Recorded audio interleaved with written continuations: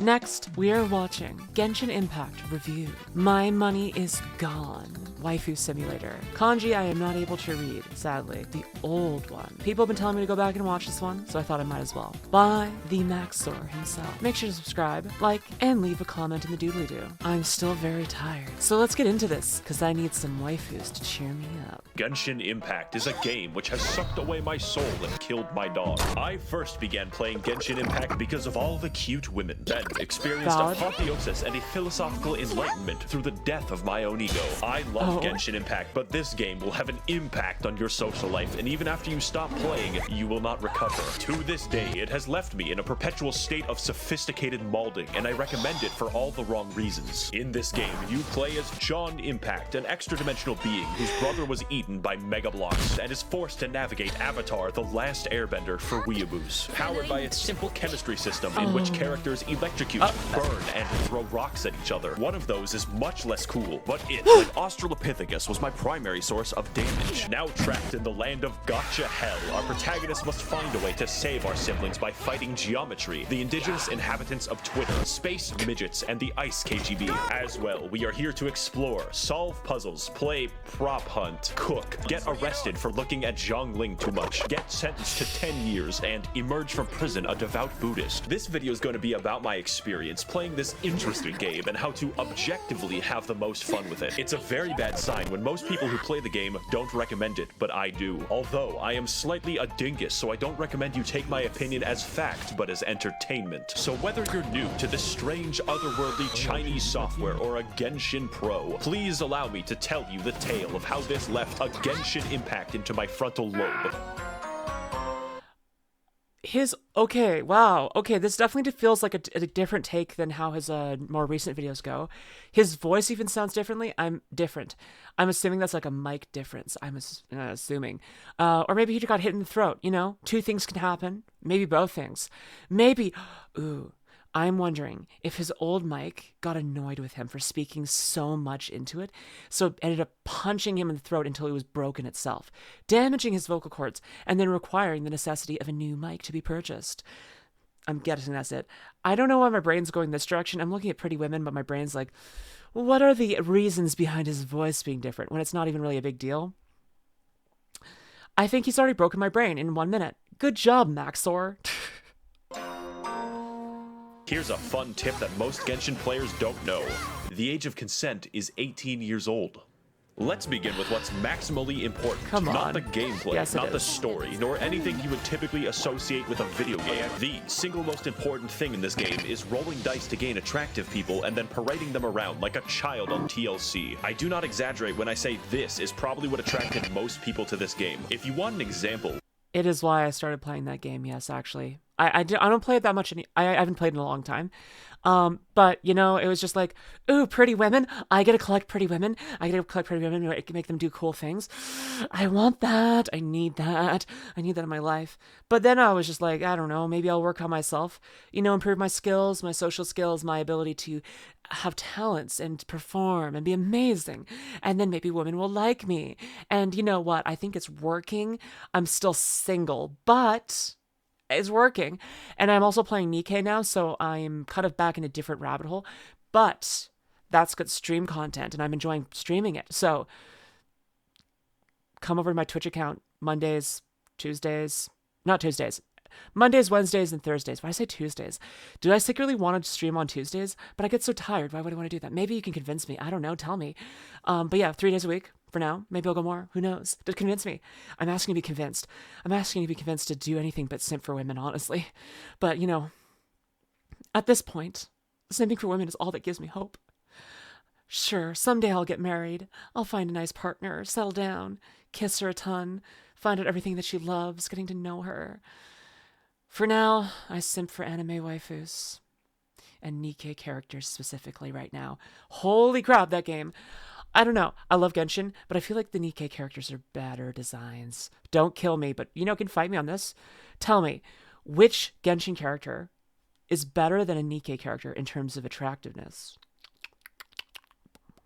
I stand to reason there are none. Genshin is less attractive than Nikkei. Fight me. Lisa is a character who continually refers to herself Okay, as okay. Lisa's close. Lisa's close. But no. She doesn't catch. There's the Nikke characters are better than Lisa. Lisa's amazing. I do like Lisa. Hopefully they don't just play Mona right next because she's pretty high up there too. But Nikke's better. Somehow, and sounds like she is at all times on the verge of sex. I received her after completing a quest and then decided that I would use Lisa exclusively to do rock climbing. That way, I could repeatedly hear her oddly enthusiastic moaning for the next 10 hours of gameplay. I literally installed this game after downloading 60 images of Ganyu since the... I think they're doing their best to already make me... No, I think Nikke is still better. I don't know. I'm getting convinced. But Nikke's better. Nikke. Official lore of the game specifies that she killed a monster after being eaten by it because her ass was so big it blocked his trachea and suffocated him to death. However, there is a catch. I don't have Ganyu, and I never will. You have a random chance to get characters, and that chance isn't high. 5.1% to be exact. And that's getting anyone, so if you want a particular character, get fucked. You could have your very first role be a high-level DPS character that carries you through the game with chimpanzee martial arts. Or you could roll 3 useless small boys in a row and then desire death. It's a fucking guy. God damn it. And while writing about bad things that could be deal breakers, the anti-cheat for this game... My reaction whenever a guy flirts with me, I'm like, a guy again, please. Women, just flirt with me. You're making me have to be super forward, because otherwise no one's going to be flirting with anyone. So I'm just taking up the responsibility and flirting with every woman I can. Because at this point, you're not pulling your weight. Please, women, flirt. Flirt with women, please.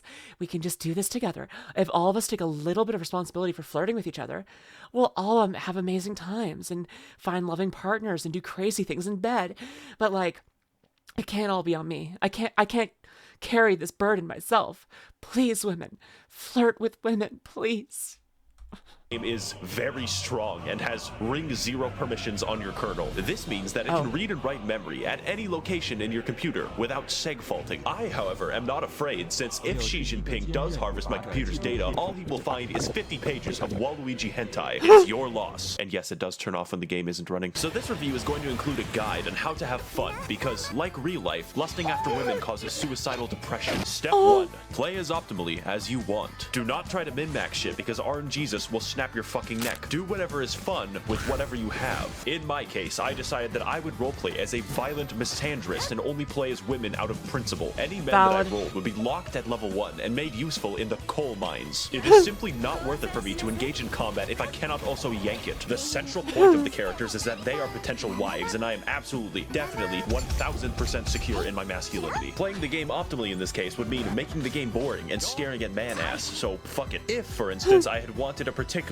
legally questionable female to be my digital puppet, the chance of me receiving that would be 0.3%, which is where this image comes from. Take what you can get with the rolls. Don't be mad. Exercise patience and control, and you will have a lot more fun. I definitely have not sold my house to get big-titted pirate mommy, but Maxor, I hear your thoughts.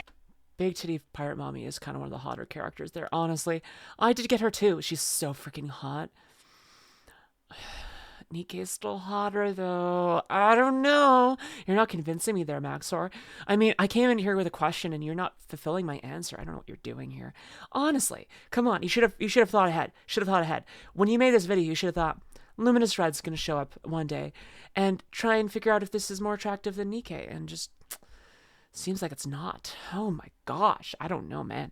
He's got to work on it. He's got to work on his precognition. Why are you displaying a single image of a regular crab on my screen? Crab. And also, what is the world of Genshin Impact and why are we here? That is a great question, James. Because before we get into the exploration and the combat, we must first understand the context with which I run my beauty pageant. And like every game made by Asian people on my channel, the lore is some Hyperborean bullshit. So let's say rule number 2 of enjoying the game is not caring about this, just like 90% of the player base.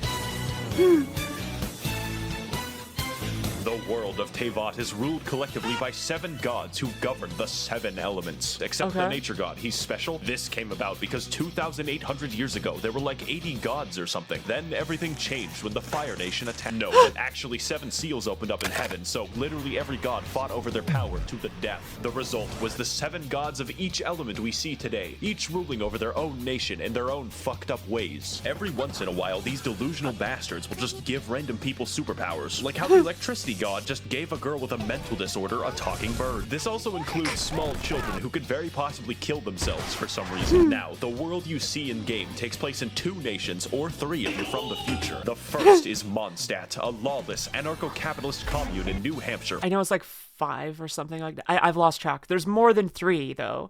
We are in the future, though. Which has no formal governance of any kind. They instead rely institutionally on vigilante justice, including a hot Batman. As a result, an entire territory of their nation is completely overrun with wolves. No one has the systemic authority to stop people from exercising their rights and liberties to feed the wolves' babies. Oh, also, there's the fucking dragon problem. Did I not mention the murderous dragon? Next, we have the nation of Liyue, an extremely rich and powerful country to the east. They have recently come into conflict with Mondstadt due to the Luhua Pool massacre of 69, as well as an aggressive foreign policy involving a 9-dashed line in the Sea of Clouds. Headed by the Tianchuan Ningguang of the Liyue Qixing, those are all real names, Liyue exhibits an unprecedented level of prosperity. I'm honestly impressed he pronounced it all right. Well, good job on him. Or I'm just really not understanding how to pronounce those right, and I'm wrong here. Maybe he pronounced them horribly wrong, and I missed that. Sorry. I don't speak the language. I apologize.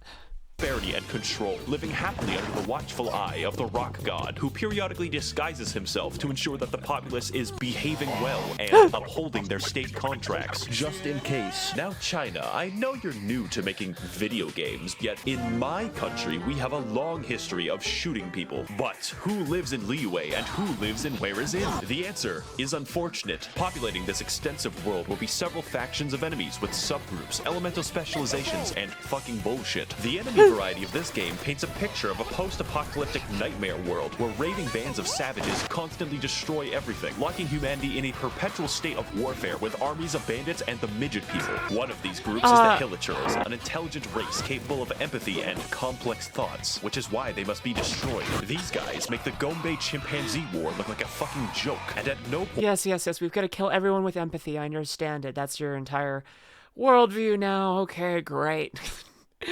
No, but empathy is the best. Don't kill people with empathy. Celebrate them. Oh my gosh, pirate butt. You know, give up everything. Who needs empathy when pirate butt? Pirate butt. We need more pirate butt in the house. Yeah. Oh, okay. This was a great moment to pause. I need a girlfriend. Does anyone in the entire game even give a shred of sympathy for the Hilichurls, except for Elon Musk? They can be big gorilla, small monkey, operate complex machinery, and have their own language. This makes it more fun to slaughter entire villages of them and steal their possessions with no consequences. In fact, you're encouraged to do it. Overall, I would rate them a genocide out of 10. Next are the country-sized hordes of organized bandits called the Treasure Hoarders, who are just regular guys forced to fight you with shovels and Molotov cocktails. Are you sure we're the good guys? It's fortunate that, because they committed a crime, their lives are now forfeit. Abyss mages are very simple because they are one enemy with 2 reskins, who are also inhuman beings of the Dark Void who have sworn vengeance upon humanity itself. They also dwell almost entirely in fucking space. The Fatui of Snezhnaya are heavily armed diplomats seeking to dominate the world of Teyvat through subterfuge, and employing 9-foot-tall people with hammers is absolutely conducive to this goal, I promise. They are unique among Teyvat because they serve the interests of the Tsaritsa of Snezhnaya, also known as the god of ice. That's important because it's very weird that they primarily use electricity and fire. I guess the ice god is just fucking lazy. The Fatui are always up to no good, like stealing the wind god's power or like a bank heist. They're also really hot. Oh my gosh. Holy crap. Oh my. Girl, you're so hot. What? What? Wait, no, I need to. Oh, yeah, oh no. Okay, okay. That crown, the lace eye cover, the freaking dress. Oh my gosh. The hair, though. The hair is just so. It is so peak. It is so gorgeous. She is just so beautiful. What the heck? She can kill me. She can dominate me. She can do anything. She can dig into my guts with her bare hands, and I will say thank you. Hot, so I'm not stopping them. Finally, we have the local wildlife of Teyvat, which is 90% slimes and 10% these fuckers. I spent most of the fight waiting to do something. No. Computer deactivate iguana. I freaking love the doctor, for the EMH doctor from Star Trek Voyager, and that episode was so good. The one they're pulling from, that's the one where he went back to go and meet his creator, and the iguana was a hologram just like him that would also kind of been given us some form of sentience, and starting to like really grasp more about like what has happened to the other Mark 1 EMHs back in the Alpha Quadrant is just, it adds just such a layer of complexity to his existence, because he was allowed to remain active constantly on Voyager because they were stranded. He was able to develop and grow into an actual self-actualized person, while the other EMHs didn't really have that opportunity. But because the other EMHs were kind of also relegated to a slave class, working in mines like that, they were once again being left on constantly, just like Voyager's EMH, meaning that they were going to be going to the same point of self-actualization. Question being, does that require human interaction or not? It's a good question, but it starts that really cool conversation about the agency and the humanity of a hologram. I absolutely love Star Trek completely and totally. I love Voyager as well. I know it's got a lot of problems, but it was my first Star Trek series, and it holds a special place in my heart. I love the Intrepid class ship, Voyager itself, gorgeous, gorgeous, gorgeous. Love Captain Janeway, 7 of 9, holy crap. Also the fact that they, in Picard, Star Trek Picard, they made sure to show that 7 of 9 is sapphic. Do you know what that did to me? 7 of 9 is sapphic. She likes women. She's maybe gay, maybe she's bi, maybe she's pan, I don't know. She just likes women. Freaking 7 of 9 is sapphic. Can you imagine when I learned that? What happened, how quickly I broke, how much I melted, the fear, the pain, the excitement, all of the emotions became so intense and overwhelming. It was the best. I love 7 of 9. I loved her before I knew she was sapphic, and I love her even more. And she can destroy me if she wants. Holy crap.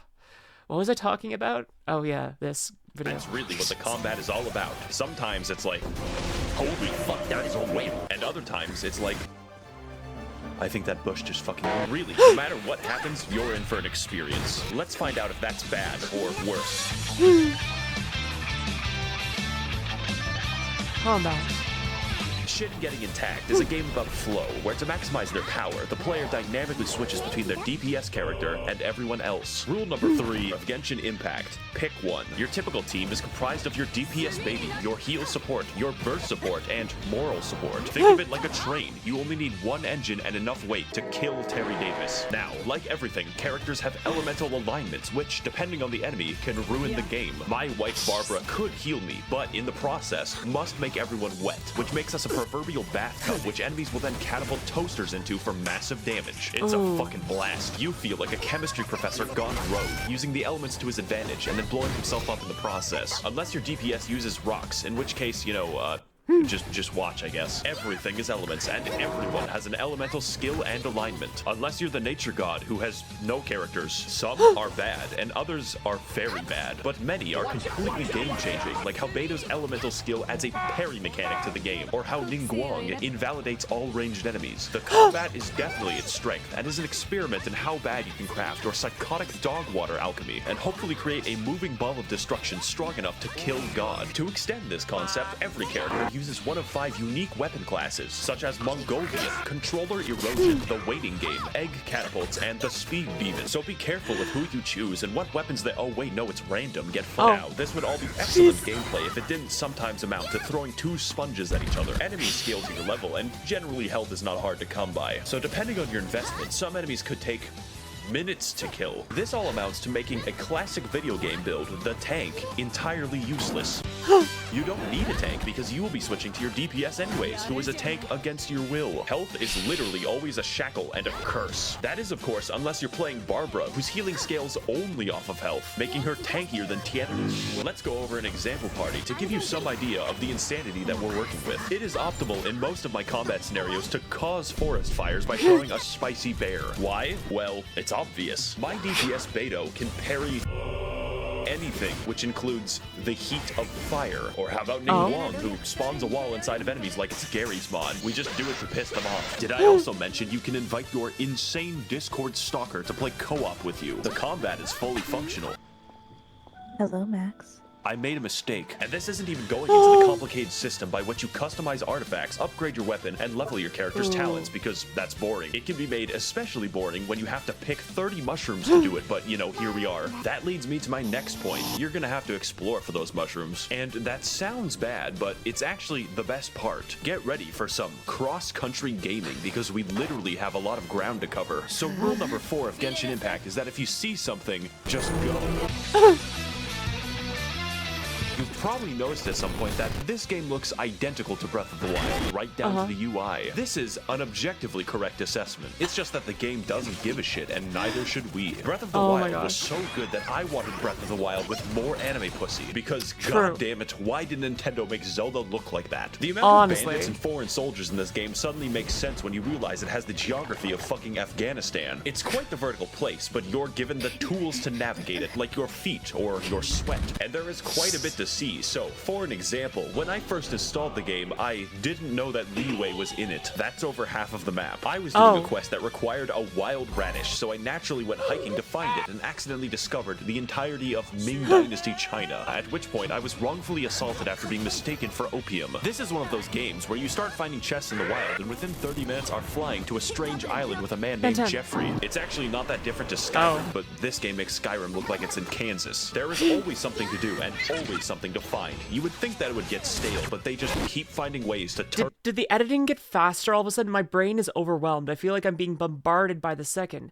It's like the longer he was editing this video, the more he was like, okay, I'm running out of time. I've got to fit more of this stuff in. Okay, we're going to do an entire clip in every half of a seconds. Like a 1/10 of a second, I guess is the way to put that. That's not insane. But I wonder if he's just like, that's how it happened. He just started like losing control. He's like, no, I got to fit it in. I got to make space. I got to keep going. Got to get going. I've got so much footage. I've got 10,000 hours of footage. How am I going to fit in this to 16 minutes? And that's how he made it do. That's how he made it work. How he did moo. He mooed. He got hired a cow. He got a cow in here to moo at you aggressively. How does that make you feel? Oh no, you're psychopathic. Sorry. I gave you the best shot I could, but that was the only test. Now you're a psychopath. I'm sorry. Oh, I guess you don't care. Cool. Don't come after me. Bye. Turn on my neurons. There is a puzzle. I just wanted the chest. Which spans an entire region of the game where you have to climb 3 mountains. You can spend an afternoon doing that, and it's viable. There is no direction that you can go that will not help you in some tangible way, and that's what's important about exploration. It's not just pretty, it's optimal. You see this shit right here?